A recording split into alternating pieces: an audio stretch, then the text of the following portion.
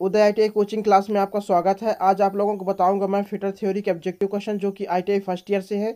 Chapter का नाम है marking and marking tool. Marking and marking tool से हमने एक टॉपिक लिया है पंच। तो पंच के हम ऑब्जेक्टिव क्वेश्चनों के बारे में पढ़ेंगे जो कि मोस्ट इंपॉर्टेंट क्वेश्चन है, इसलिए इस वीडियो को आप लोग पूरा देखिएगा क्योंकि इसमें बहुत ही मोस्ट इंपॉर्टेंट क्वेश्चन हैं। तो वीडियो कंटिन्यू करने से पहले आपसे एक रिक्वेस्ट करूंगा कि अगर आप लोगों ने अभी तक मेरे चैनल को सब्सक्राइब नहीं किया तो सब्सक्राइब कर लीजिए, बेल आइकन को प्रेस कर लीजिए। अगर वीडियो आप लोगों को पसंद आती है तो एक लाइक ज़रूर कर दीजिएगा। चलिए वीडियो कंटिन्यू करते हैं, देखते हैं फर्स्ट क्वेश्चन कौन सा है। क्वेश्चन नंबर 1, पंच प्रायः किस प्रकार की स्टील के बनाए जाते हैं? लो कार्बन स्टील, मध्यम carbon steel, high carbon steel, इनमें से कोई नहीं। इसका आंसर क्या है? इसका सी आंसर सही है। जो पंच बनाए जाते हैं वो किससे बनाए जाते हैं? हाई कार्बन स्टील से बनाए जाते हैं, इसलिए इसका सी आंसर सही है। चलिए नेक्स्ट क्वेश्चन देखते हैं। क्वेश्चन नंबर 2, पंच का साइज कैसे मापा जाता है? व्यास एवं लंबाई से, व्यास एवं आकार से, लंबाई एवं आकार से, हेड एवं आकार से। इसका आंसर क्या है? इसका ए आंसर सही है। पंच का साइज कैसे ज्ञात किया जाता है? पंच का व्यास मापकर और पंच की लंबाई मापकर। तो पंच का व्यास और लंबाई मापकर हम पता कर लेते हैं कि पंच का साइज क्या है, इसलिए इसका आंसर क्या है? इसका ए आंसर सही है। चलिए नेक्स्ट क्वेश्चन देखते हैं। क्वेश्चन नंबर 3, निम्न में से किसके द्वारा स्थायी मार्किंग का कार्य संपन्न किया जाता है? स्क्राइबर के द्वारा, डिवाइडर के द्वारा, मार्किंग प्लेट के द्वारा, पंच के द्वारा। तो इसका आंसर क्या है? इसका आंसर डी आंसर सही है। जो स्थायी मार्किंग का जो कार्य संपन्न किया जाता है वो किसके द्वारा किया जाता है? पंच के द्वारा किया जाता है। देखिए कैसे, जब हम जॉब बनाते हैं तो जॉब में क्या करते हैं? ड्राइंग के अनुसार हम मार्किंग करते हैं। तो जो मार्किंग की हुई जो ये लाइन होती है ये क्या होती है? अस्थायी होती है। इसको स्थायी में बदलने के लिए हम किसका प्रयोग करते हैं? पंच का प्रयोग करते हैं। पंच की सहायता से इस लाइन पर छोटे छोटे से डॉट लगाकर इस लाइन को स्थायी कर देते हैं, इसलिए स्थायी मार्किंग करने के लिए हम पंच का प्रयोग करते हैं, इसलिए डी आंसर सही है। चलिए नेक्स्ट क्वेश्चन देखते हैं। क्वेश्चन नंबर 4, मार्किंग प्रक्रिया में पंच के द्वारा बिंदु लगाते समय सभी बिंदुओं की क्या समान रखनी चाहिए?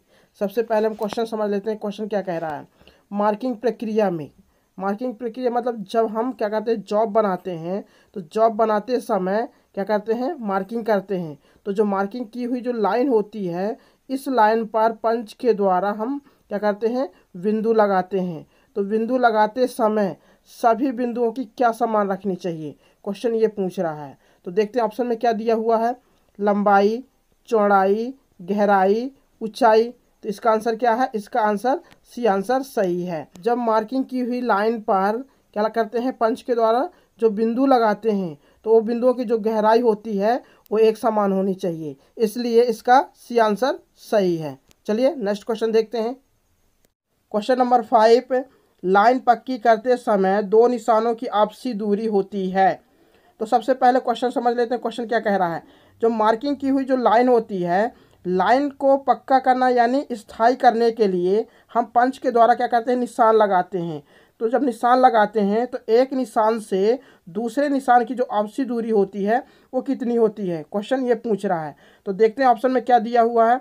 3 से 5 मिलीमीटर, 5 से 6 मिलीमीटर, 7 से 9 मिलीमीटर, 0 से 3 मिलीमीटर। तो इसका आंसर क्या है? इसका ए आंसर सही है। 3 से 5 मिलीमीटर होती है क्या? जो मार्किंग की हुई जो लाइन होती है, लाइन को जब हम पक्का करते हैं पंच के द्वारा तो जो इसमें हम जो निशान लगाते हैं तो एक निशान से दूसरे निशान की जो आपसी दूरी होती है वो कितनी होती है? 3 से 5 मिलीमीटर, इसलिए इसका ए आंसर सही है। चलिए नेक्स्ट क्वेश्चन देखते हैं। क्वेश्चन नंबर 6, पंच के जिस भाग के द्वारा बिंदु केंद्र बनाते हैं वह कहलाता है हेड, बॉडी, पॉइंट, हैंडल। तो इसका आंसर क्या है? इसका सी आंसर सही है। पंच के जिस भाग के द्वारा हम क्या बनाते हैं? बिंदु केंद्र बनाते हैं, उस भाग को हम क्या कहते हैं? पॉइंट कहते हैं, इसलिए इसका सी आंसर सही है। चलिए नेक्स्ट क्वेश्चन देखते हैं। क्वेश्चन नंबर 7, पंच के पॉइंट की हार्डनेस कितनी होनी चाहिए? 50 से 55 HRC, 55 से 49 HRC, 40 से 50 HRC, 60 से 65 HRC। इसका आंसर क्या है? इसका बी आंसर सही है। पंच के जो पॉइंट की जो हार्डनेस होती है वो कितनी होती है, 50 से 49 HRC होती है। इसलिए इसका आंसर क्या है, बी आंसर सही है। चलिए नेक्स्ट क्वेश्चन देखते हैं। क्वेश्चन नंबर 8, प्रिंग पंच का कोण होता है 60 अंश, 90 अंश, 45 अंश, 30 अंश। इसका आंसर क्या है, इसका डी आंसर सही है। जो प्रिंग पंच का जो कोण होता है वो कितना होता है, 30 अंश का होता है। इसलिए डी आंसर सही है। चलिए नेक्स्ट क्वेश्चन देखते हैं। क्वेश्चन नंबर 9, प्रिंग पंच का पॉइंट कोण कितने कोण पर ग्राइंड होता है, 30 अंश, 45 अंश, 90 अंश, 15 अंश।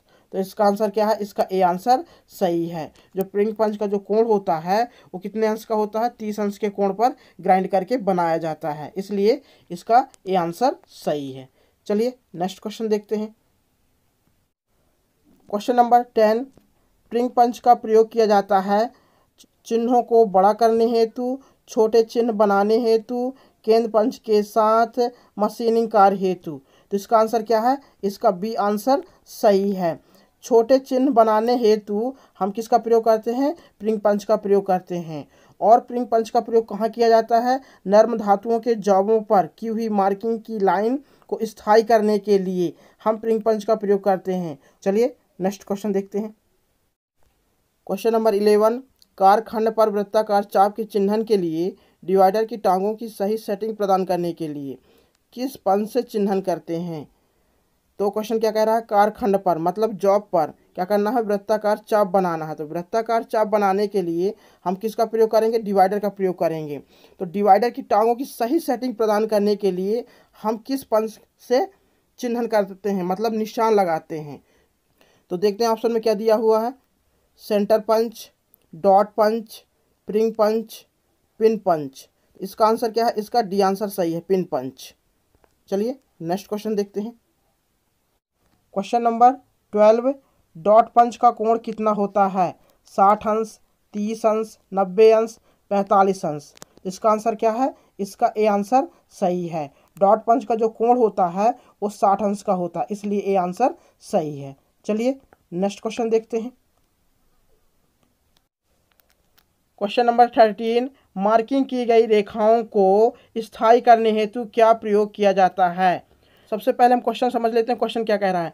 मार्किंग की गई रेखाओं को मतलब जब हम क्या होता है जॉब बनाते हैं, तो जॉब बनाते समय क्या करते हैं, मार्किंग करते हैं।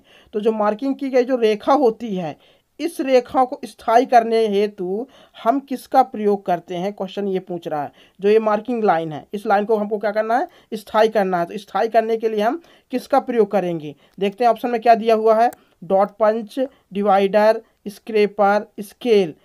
इसका आंसर क्या है, इसका ए आंसर सही है। हम किसका प्रयोग करेंगे, डॉट पंच का प्रयोग करेंगे।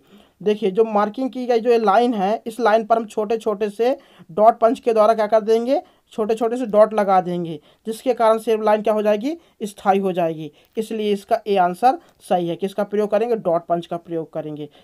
चलिए नेक्स्ट क्वेश्चन देखते हैं। क्वेश्चन नंबर 14, डॉट पंच का उपयोग किसके लिए किया जाता है, लाइनों को चिन्हित करने के लिए, याददाश्त हेतु निशान के लिए, जॉब को पकड़ने के लिए, छिद्रों का पता लगाने के लिए। तो इसका आंसर क्या है, इसका आंसर बी आंसर सही है। जो डॉट पंच का जो उपयोग किया जाता है वो जॉब को बनाते समय याददाश्त हेतु निशान लगाने के लिए प्रयोग किया जाता है। इसलिए इसका बी आंसर सही है। चलिए नेक्स्ट क्वेश्चन देखते हैं। क्वेश्चन नंबर 15, सेंटर पंच के पॉइंट का कोण होता है 30 अंश, 60 अंश, 90 अंश, 120 अंश।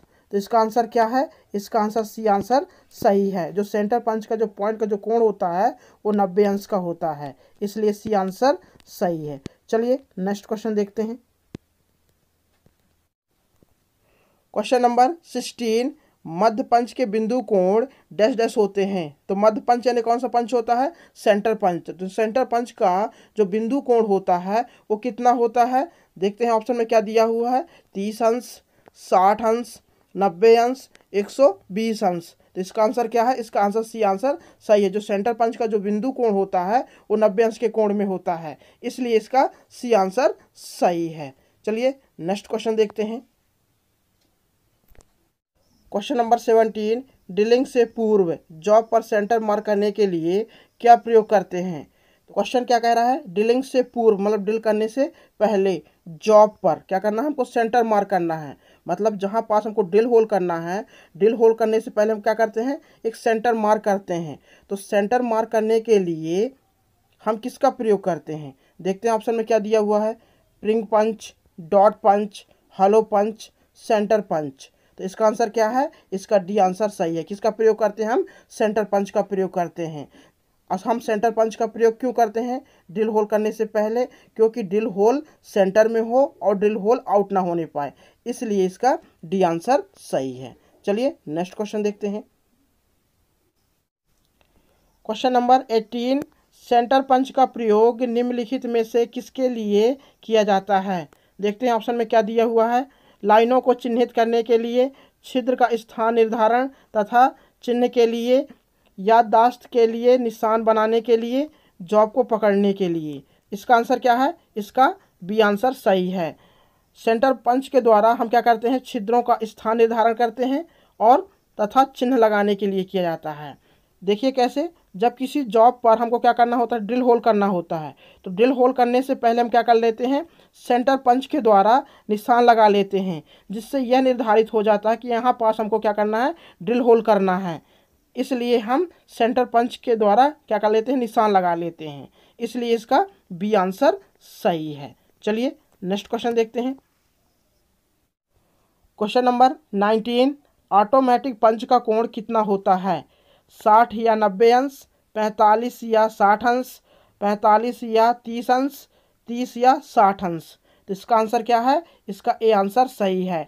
ऑटोमेटिक पंच के द्वारा जब हम पंचिंग करते हैं तो कार के अनुसार हम 60 अंश का कोण भी लगा सकते हैं और 90 अंश का कोण भी लगा सकते हैं। किसकी सहायता से, ऑटोमेटिक पंच की सहायता से। इसलिए इसका ए आंसर सही है।